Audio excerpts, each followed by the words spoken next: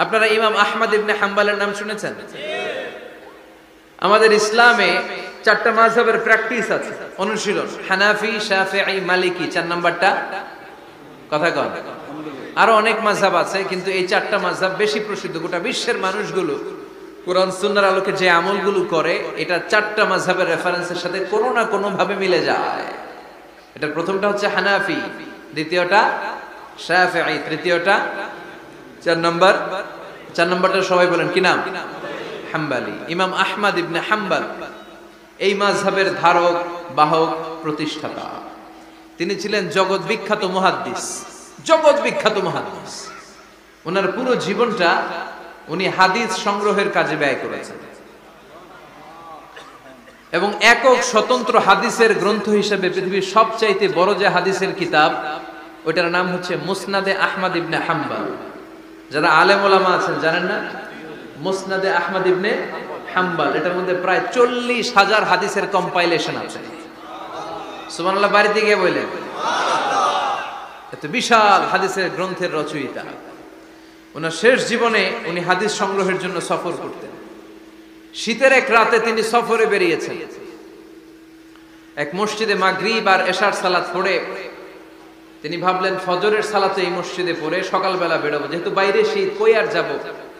Bag থেকে কাঁথা বের করে হাদিস পড়তে শুরু করেছেন, আর ভাবলেন হাদিস পড়তে পড়তেই রাতটা কাটিয়ে দিবি।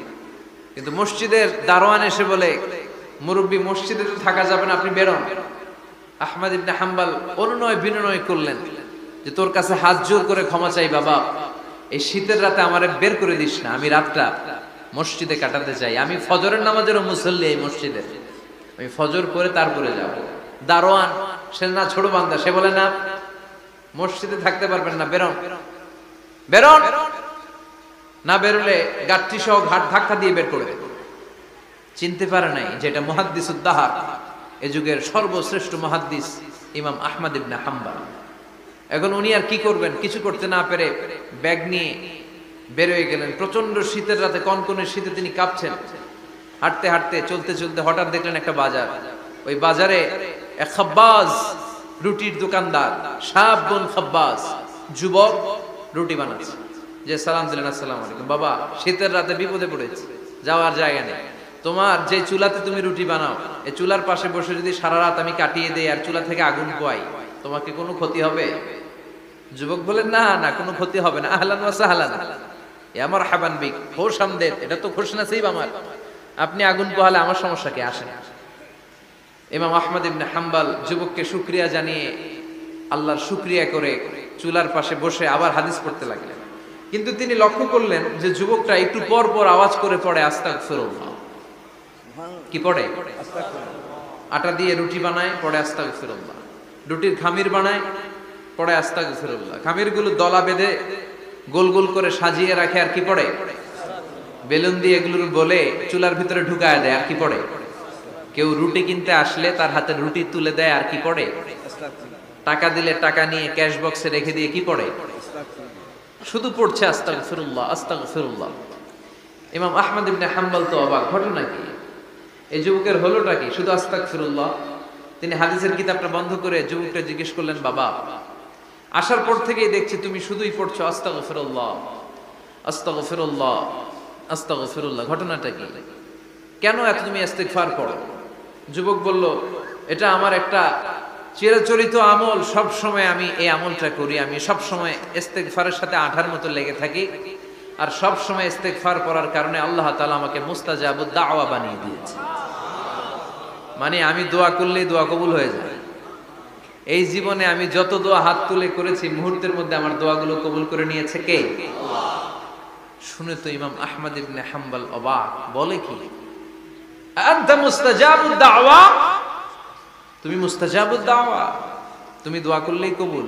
না, আনা মুস্তাজাবুদ দাওয়া। হ্যাঁ, আমি দোয়া করলেই কবুল হয়ে যায়। তুমি জীবনে যা দোয়া করেছো সব পেয়েছো? হ্যাঁ, আমি জীবনে যা দোয়া করেছি আমি সব পেয়েছি, সব দোয়া কবুল হয়েছে আমার জীবনে, শুধু একটা দোয়া ছাড়া। ইমাম আহমদ ইবনে হাম্বলের কৌতূহল আরো বেড়ে গেল। সব দোয়া তোমার কবুল হয়েছে, একটা দোয়া কবুল হয় নাই, সেটা আবার কি? যুবক বলতে আরম্ভ করলো, আমার যে দোয়াটা কবুল হয় নাই সেটা হচ্ছে আমি আল্লাহর কাছে অনেকবার দোয়া করেছি, আল্লাহ শুনেছি এই জামানার সবচেয়ে বড় মুহাদ্দিস, তার নাম নাকি ইমাম আহমদ ইবনে হাম্বল। আল্লাহ, তোমার কাছে আমার আকুতি, তোমার কাছে আমার মিনতি, আমি যেন এত বড় মুহাদ্দিসের হাতে হাত রেখে মুসাফা করতে পারি আর তার কপালে একটা চুমু দিতে পারি। আমার এই দোয়াটা আজও কবুল হয় নাই। আজও আল্লাহ তাআলা এই দোয়াটা কেন যে কবুল করে না আমি জানি না। একথা শুনে ইমাম আহমদ ইবনে হাম্বল আবেগপ্রবণ হয়ে গেলেন, আর নিজেকে ধরে রাখতে পারলেন না, চোখের পানি ছেড়ে দিলেন আর বললেন, ইয়া শাব, হে যুবক, আহমদ ইবনে হাম্বলের সাথে দেখা করার জন্য তোমার আহমদ ইবনে হাম্বলের দরবারে যাওয়ার দরকার নাই, তোমার এই দোয়াটাও আল্লাহ কবুল করে নিয়েছে। আহমদ ইবনে হাম্বল দেখা দেওয়ার জন্য তোমার দরবারে ছুটে এসেছে। আনা আহমদ ইবনে হাম্বল মুহাদ্দিসুদ দাহর, আমি হচ্ছে আহমদ ইবনে হাম্বল। যুবক নিজেকে ধরে রাখতে পারে না, চোখের পানি ছেড়ে দিয়ে ওই যুগের সবচাইতে বড় মুহাদ্দিসকে জড়িয়ে ধরে হাতের মধ্যে হাত রেখে মুসাফা করে আহমদ ইবনে হাম্বলের কপালে চুমুকে দেয়।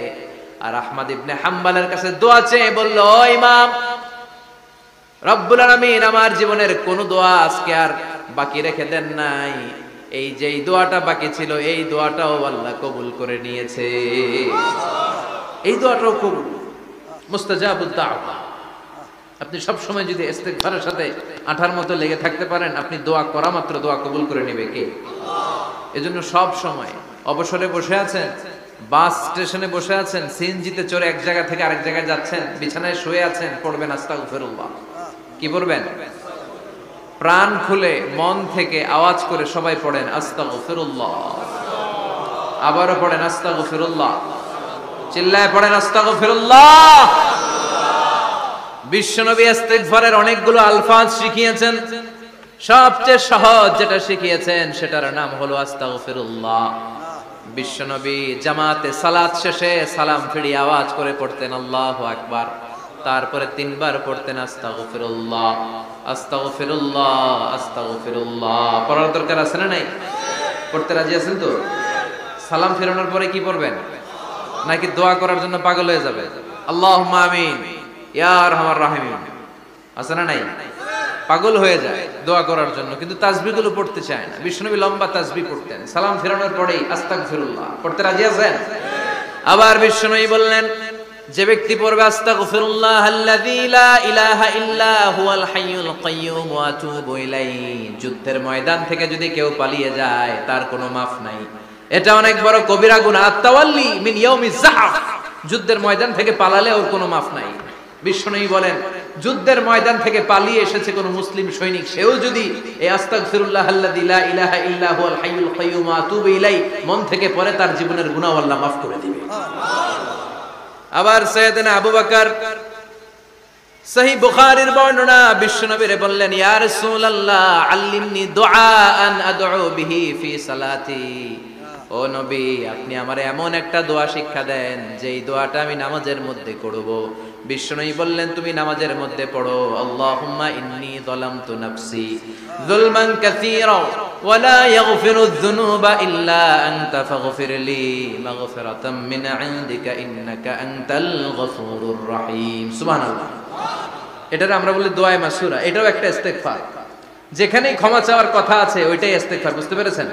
আল্লাহুম্মা ইন্নী যালামতু নাফসি, ও আল্লাহ অনেক জুলুম করেছি, যুলমান কাসীরা, জুলুমের শেষ নাই, ওয়ালা ইয়াগফিরুয যুনুবা ইল্লা আনতা, আপনি ছাড়া এই জুলুম আর পাপ ক্ষমা করার কেউ নাই। ফাগফিরলি মাগফিরাতাম মিন ইনদিক, নিজ গুণে আমার গুনাহ ক্ষমা করে দে। ওয়ালা ইয়াগফিরুয যুনুবা ইল্লা আনতা, আপনি ছাড়া গুনাহ ক্ষমা করার দ্বিতীয় কেউ নাই। আমাদের পাপ ক্ষমা করার আর কোন সত্তা আছে? চিল্লায় বলেন আছে? আবার বিশ্বনবী বললেন, যত ইস্তিগফার আছে সব ইস্তিগফারের সেরা সর্বশ্রেষ্ঠ ইস্তিগফারের নাম সাইয়্যিদুল ইস্তিগফার। কি নাম? সহিহ বুখারীর বর্ণনা, শাদ্দাদ ইবনে আউস রাদিয়াল্লাহু তাআলা আনহু বর্ণনা করে বলেন, কেউ যদি দিনের বেলা একবার সাইয়্যিদুল ইস্তিগফার পড়ে, ওই দিন যদি লোকটার মৃত্যু হয়ে যায়, মুহূর্তের মধ্যে লোকটার জান্নাতি ঘোষণা দিয়ে দিবে কে? রাত্রি বেলা যদি কেউ সাইয়্যিদুল ইস্তিগফার একবার পড়ে, ওই রাতে ইন্তেকাল হলে তার জীবনের সব গুনাহ মাফ করে দিয়ে ওই লোকটারেও জান্নাতি করে দিবে কে? দিনে যদি সাইয়্যিদুল ইস্তিগফার একবার পড়েন, ওই দিনে ইন্তেকাল করলে আপনি জান্নাতি।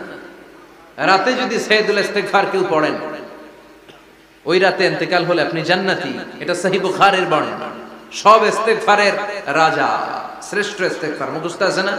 কার কার মুখস্থ আছে? হাত তুলেন। সাইয়্যিদুল ইস্তিগফার মুখস্থ আছে কার?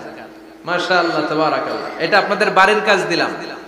যাদের মুখস্থ নাই তারা গুগলে সার্চ করবেন সাইয়্যিদুল ইস্তিগফার, লেখা মাত্রই পেয়ে যাবেন। বইতে আছে, বিভিন্ন ইসলামিক দোয়ার বইতে আছে, গুগলে ইউটিউবে সার্চ দিলে পেয়ে যাবেন। এই সাইয়্যিদুল ইস্তিগফার প্রতিটা মুমিনের অন্তরে থাকার দরকার আছে না নাই?